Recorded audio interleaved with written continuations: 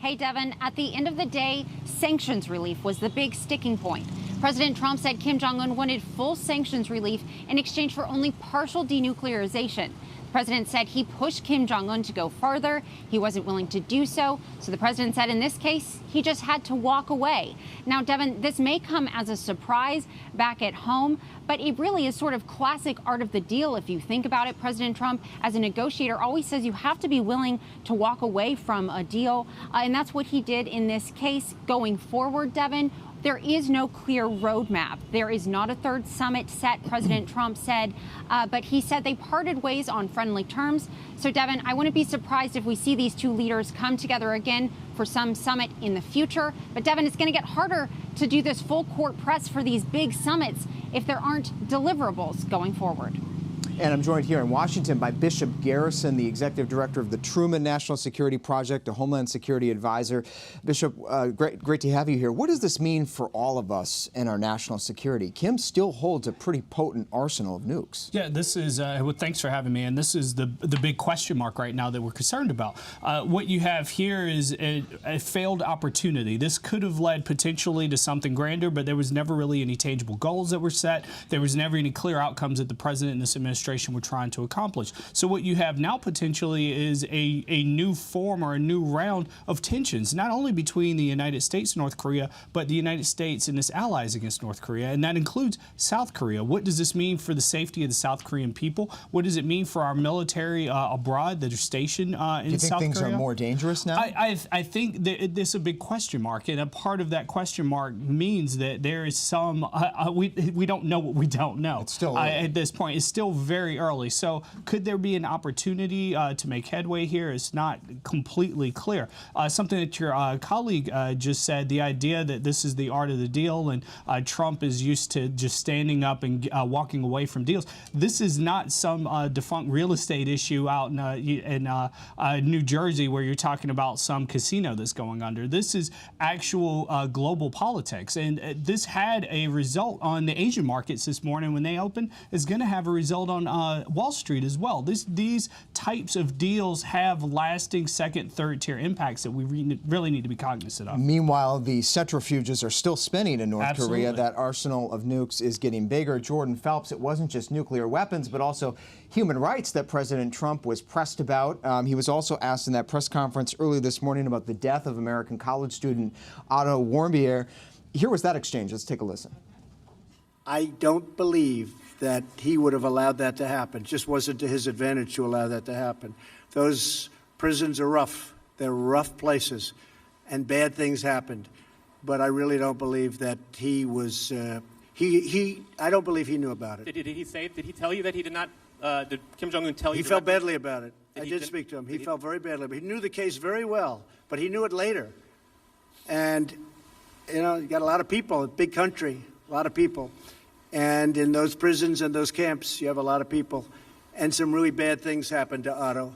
Some really, really bad things. Why are you willing to call him? He tells me that he didn't know about it, and I will take him at his word. Well, take him at his word. Jordan Phelps, remarkable to see the president completely absolve Kim Jong-un of any responsibility in Otto's death. Devin, it was incredibly striking, especially when you consider that this is Kim Jong-un. He sits atop one of the most oppressive regimes in the world. He's an egregious human rights offender. And when you look specifically at the case of Otto Warmbier, this is a case that President Trump has previously held up as a case of the brutality of North Korea. He's developed a relationship with Warmbier's family. So it's interesting, Devin, to see the president sort of willing to just move past this. And Jordan Phelps for us in Hanoi, Vietnam. Thanks for that reporting, Jordan. And Bishop, there's no roadmap now for where negotiations go from here. But there are 28,000 American troops still stationed there. Does their posture change after today? I would like to say that no, like it's going to be business as usual for them. This type of issue, these types of breakdowns in diplomatic talks, they do happen. It's just that this one tends to be much more magnified given a lot of the rhetoric that the president has given around North Korea and about his efforts and saying that North Korea was already no longer a threat when that wasn't the case. Right. So I would say their day-to-day is not going to change. They are stable. DOD has its mission and is going to continue forward. But for the longevity longevity of this, what's going to happen now, to your point, we simply don't know. And there has never been, we haven't seen in a long time at least, a situation in which the United States put forth so much effort into talks that turned out to really bring about nothing tangible. We know the military mantra there at the DMZ in South Korea is ready to fight tonight. We know that posture will likely maintain. Bishop Garrison with the National Truman Security Project, great to have you. Thank you for coming in again. And the developments of the past 24 hours have been closely watched, not just by Americans, of course, but by so many South Koreans and thousands of North Korean defectors who came across to the South looking for a better life to escape the Kim regime. A little while ago, I caught up with one of those young defectors, 27-year-old Yoo-Sung Park, to get his reaction to the collapse of talks and what he thinks of the Kim regime. I think that's Trump's style. Since I seen him and he met a lot of president, that's his style. He trying to be friends first, and then he negotiate what he want to. So this time is pretty much the same to Kim Jong-un, and then I think they can be friends because they have to negotiate a lot of things for North Korean people and for world. So I didn't find any weird. A courageous decision, no doubt. We also know, Yoo-Sung, obviously, from watching from afar, the brutal nature of Kim Jong-un's leadership in that country. Are you concerned? Have you been concerned at all about, as a defector in the South, any retaliation by the regime against you and other defectors?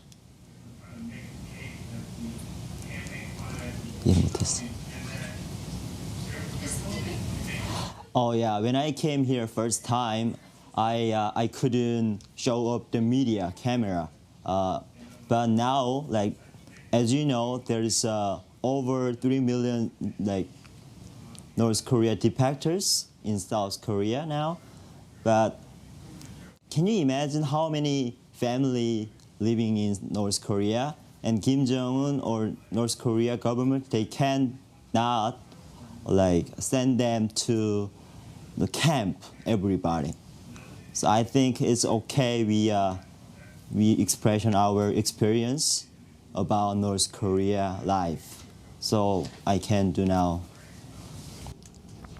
And our thanks to Yoo-Sung Park, a defector from North Korea, for his reactions to the developments. To the other big news, though, here in Washington this morning, the president returns to those bombshell allegations by his former personal attorney, Michael Cohen, who testified before Congress yesterday that the president has committed crimes while in office, also calling him a racist, a liar, and a cheat. If you missed some of Michael Cohen's testimony, here's a little bit of the big moments.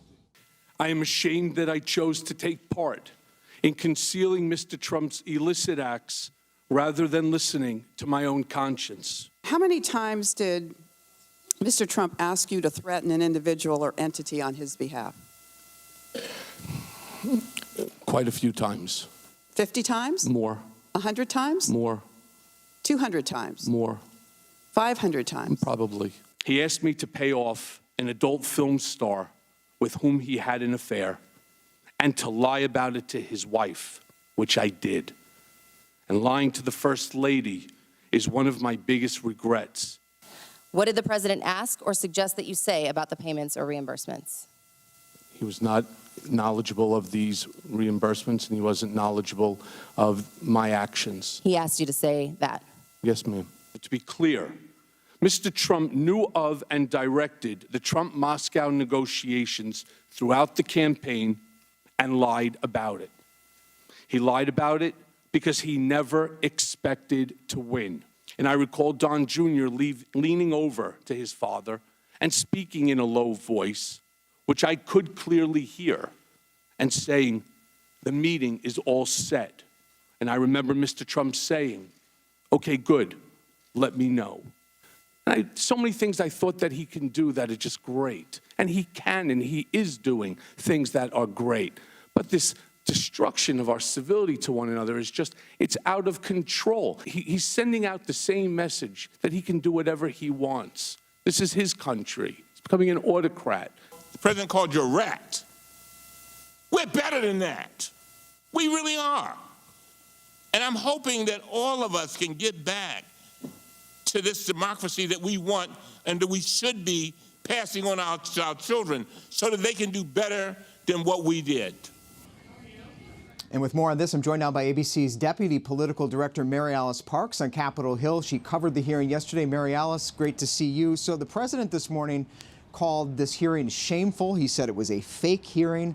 But I guess the big question is, politically, did it inflict any harm on the president as he comes home? Good morning, Devin. Look, some lawmakers sat there and said they saw a man on a road to redemption, but others said they saw a rat. Republicans brought up time after time of Michael Cohen lying and engaging in essentially thuggish behavior. But the effect of those attacks was that because Cohen had already apologized for that behavior, admitted to it, and said he was doing it at the president's bidding, Republicans started to inadvertently implicate the president and add to this picture that Michael Cohen was painting of this incredibly negative way that President Trump had done business in the past. Now, going forward with these possible investigations up here on Capitol Hill, the sense from Democrats this morning is that Michael Cohen gave them a lot of different pieces of thread to potentially chase. It's hard to imagine that Democrats won't pursue those big accusations that Michael Cohen lobbied, that President Trump was engaged in criminal behavior since taking office, dealing with those hush money payments, but also a lot of specific questions about possible tax fraud and bank fraud and ways which the president either inflated or deflated his wealth, and maybe at the expense of American taxpayers.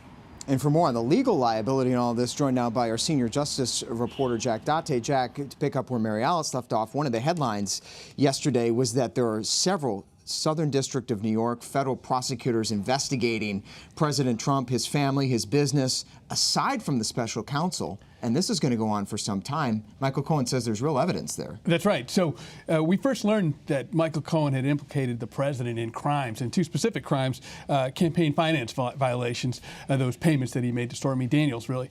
And the Southern District made it clear that it was the president that directed those crimes. So they did it in court. They did it in documents. So it was crystal clear then. You heard that unpacked a little bit during this hearing. The other things that came out, though, he's been in constant communication with prosecutors since his sentencing. Beyond that first allegation. Not just on investigation, but investigations plural. That's not good news for this president, and because he knows everything that happened inside the Trump organization. He was the president's personal attorney, and so not good. But as Mary Alice also alluded to, they laid down the predicate in this hearing. Alexandria Ocasio-Cortez did this to get to his tax records. They laid out allegations of tax fraud, both federal and state tax fraud.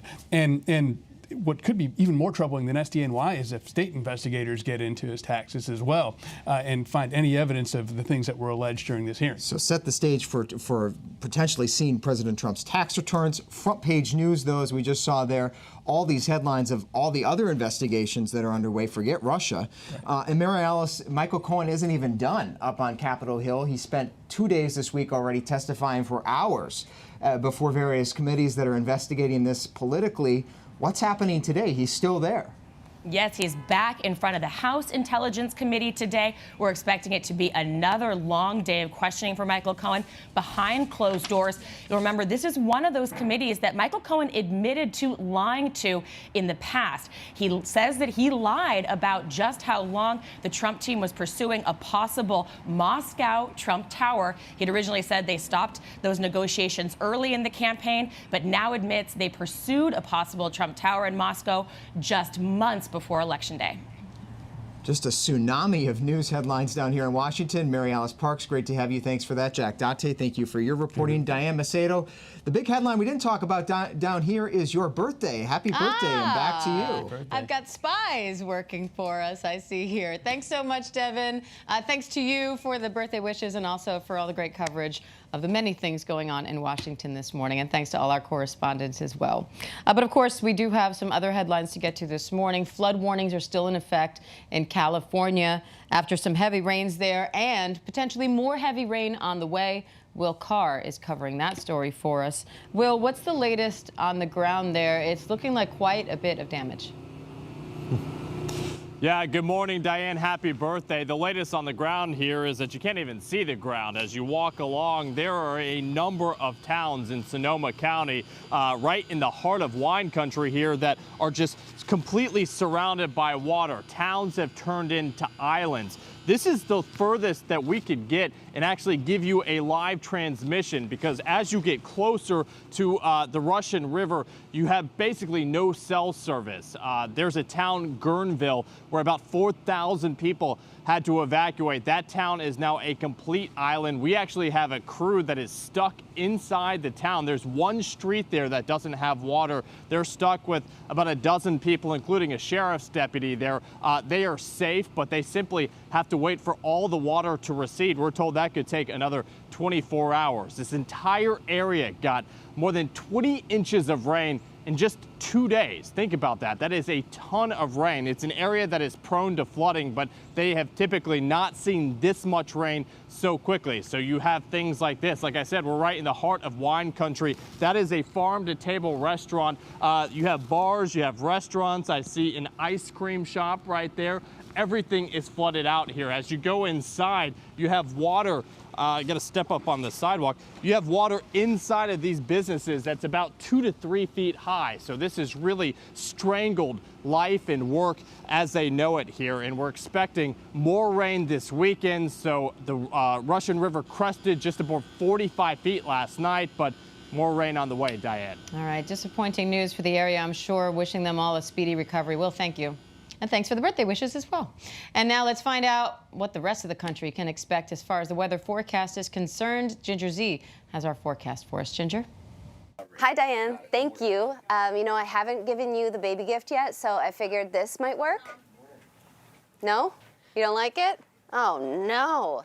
The wind chills and the Arctic air on the way. We're talking about record cold possible, Diane, all the way to, say, the 30s or 40 below mark. Not for you specifically in the new baby, but for the Northern Plains. And then for early next week, that's Monday morning, the numbers you saw there, it felt like 18 below in Chicago. And by Tuesday morning, it feels like 4 in Boston. So some serious cold settling in. And yes, that would be when we were actually in March, just in case anybody forgot. So looking at Oklahoma City, they had hours and hours of freezing drizzle, and it ended up being ice on the highways. They closed their schools. They still have some schools closed here on Thursday. And you watch the new storm is going to come from west to east, and it will end up dropping a significant amount of snow for some, more than 6 inches possible in southern Ohio, western Pennsylvania, and certainly more up into the elevated areas in New England and the Northeast. Probably not like this, though. Actually, I know it won't be like this. 7 feet in 3 days. That was with the recent atmospheric river. You saw all the flooding of the Russian River. Well, you add a couple of 1,000 feet of elevation, and that's what it looks like. Interstate 80 at the Nevada-California state line had some big-time issues, was shut down in both directions, and they're finally getting it open. They've been working day and night. At least open to cars, not trucks. And then the winter storm watches, they're up, brand new, right? And the avalanche warnings. Interstate 80 was actually not just closed because of the snow, but because of avalanche concerns. If you couldn't even get through, you could have had an avalanche. And here's the timing of it. You have one dry day, that's Friday on the West Coast. But then Saturday, especially Saturday afternoon, that low comes through, several feet in the Sierra possible of snow. And then at the coast, you could see 2+ inches. We're talking about kind of close to the Monterey Bay Area, down to nearly Los Angeles with that ½ inch or so. It's a lot of rain. As cold as we've been, it's been so much hotter. I'm talking like record heat in Australia. This dog doesn't want to go outside, not because of cold, but because it's been that hot. Just getting dragged out of the air conditioning. Diane? Ginger, very generous of you, but thanks, but no thanks. You can keep your Arctic chill and your 7 feet of snow. Thank you very much. No more gifts. But Clayton Sandell has a gift for us, a Star Wars lover's dream. Check it out. Disney just gave us a sneak peek at its new 14-acre Star Wars attraction. And of course, we had to send our best Star Wars nerd to check it out. Clayton Sandell, talk about the best assignment ever. How pumped are you right now? Oh, wait, what? Ah, can't breathe in this thing. You got to do the voice. Okay, Diane, I know it is your birthday, but it's the Star Wars geeks who are getting all the presents today, because we have all sorts of new information about this Star Wars Galaxy's Edge. Yes, we did get to go and walk the construction site. There's still a lot of work to be done, but if you're a Star Wars geek like I am, It is awesome. So we learned new things about the Millennium Falcon ride, for example. You're going to be able to go into what looks like an absolutely authentic Millennium Falcon and walk around the interior of the ship and sit down and play space chess and then go in and fly the Millennium Falcon with a crew of people. We also learned some cool Easter eggs like Daisy Ridley and John Boyega and Oscar Isaac, who are all in the Star Wars movies, are coming back for cameos to appear in one of the other rides called Ride of the Resistance, which is pretty cool. And that ride simulates being captured inside of a Star Destroyer, and you have to escape Kylo Ren himself and a whole phalanx of stormtroopers. So it's actually very cool. Those are the two big main rides, but they're also now revealing for the first time all of the foods that you're going to be able to have in Galaxy's Edge, because they want to create everything here to make it seem like you're actually on this other planet. So you're not going to be able to buy a hot dog. You're not going to be able to buy a hamburger in Galaxy's Edge. It's all of these in-universe foods, so to speak. So instead of pork ribs, it's the ribs of a Kadu creature, which appeared in one of the Star Wars movies, I guess. So that's kind of a look at what they're planning. Also, you're not going to be able to just buy regular old toys. All the toys are supposed to be things that are actually made on this planet, Batuu, in the Black Spire outpost. So we're all waiting for the announcement of the opening date. Right now, Disneyland is supposed to open sometime in the summer, later in the fall at Walt Disney World, but it can't come soon enough for those of us out here, Diane. And Clayton, might be a tough question, but did you have a favorite part? Yes, rounding the corner and seeing the Millennium Falcon, this giant full-size Millennium Falcon, which I've imagined seeing in person since I was 4 years old, right in front of you there. It looks amazing, like it's about to take off and, escape stormtrooper fire as it escapes the planet. And I might have teared up a little, Diane, just a little. Getting emotional. We'll save that one for ammunition when we need it later, Clayton. But it sounds like this assignment was a long time coming for you, though. It's not super surprising that the Millennium Falcon made you tear up. Yeah. It was kind of a real privilege to see it all in person. Can't wait for it to be all in place with all of the decoration and everything else that they're going to have. It's going to be neat. And Clayton, we have some evidence also of that. We have some video of you as a kid showing off where all of this Star Wars craziness started. Can you tell us what's going on here? Yeah, that is Christmas 1977. So that is the first Christmas after Star Wars came out. I had seen it in the theater, and there weren't that many toys, actually, because they didn't know how popular the movie was going to be. So they didn't have any action figures, and this lightsaber that you see me playing with here was like this knockoff built out of a red plastic flashlight kind of thing, but that was one of the few toys they had for Star Wars that Christmas. So just found that video a couple years ago, actually. And I bet you were super happy to receive that knockoff flashlight lightsaber that year. I kind of wish I still had it. We'll have to do some digging, see if we can find one for you. Clayton Sandell there for us. We appreciate the sneak peek. Thanks so much. And finally, we want to end on some breaking news for you. We're getting reports now that the Israeli Attorney General is recommending Prime Minister Benjamin Netanyahu be indicted for bribery, fraud, and breach of trust. Netanyahu will now be allowed a pre-trial hearing to try to defend himself against this potential indictment. That could take about 6 months in and of itself. But this all comes, keep in mind, 40 days before a legislative election in Israel. So big news there in Israel, and we will be keeping an eye on it. Of course, for all things politics, you can always check us out at 3:30 p.m. The briefing room. Devin Dwyer will have all the details you need to know. And, of course, check us out at ABC News Prime here at 8 p.m. We'll also have everything you need to know all day long on your ABC News app, and we're always on at abcnews.com as well. For ABC News Live, I'm Diane Macedo. Thanks for watching, everyone.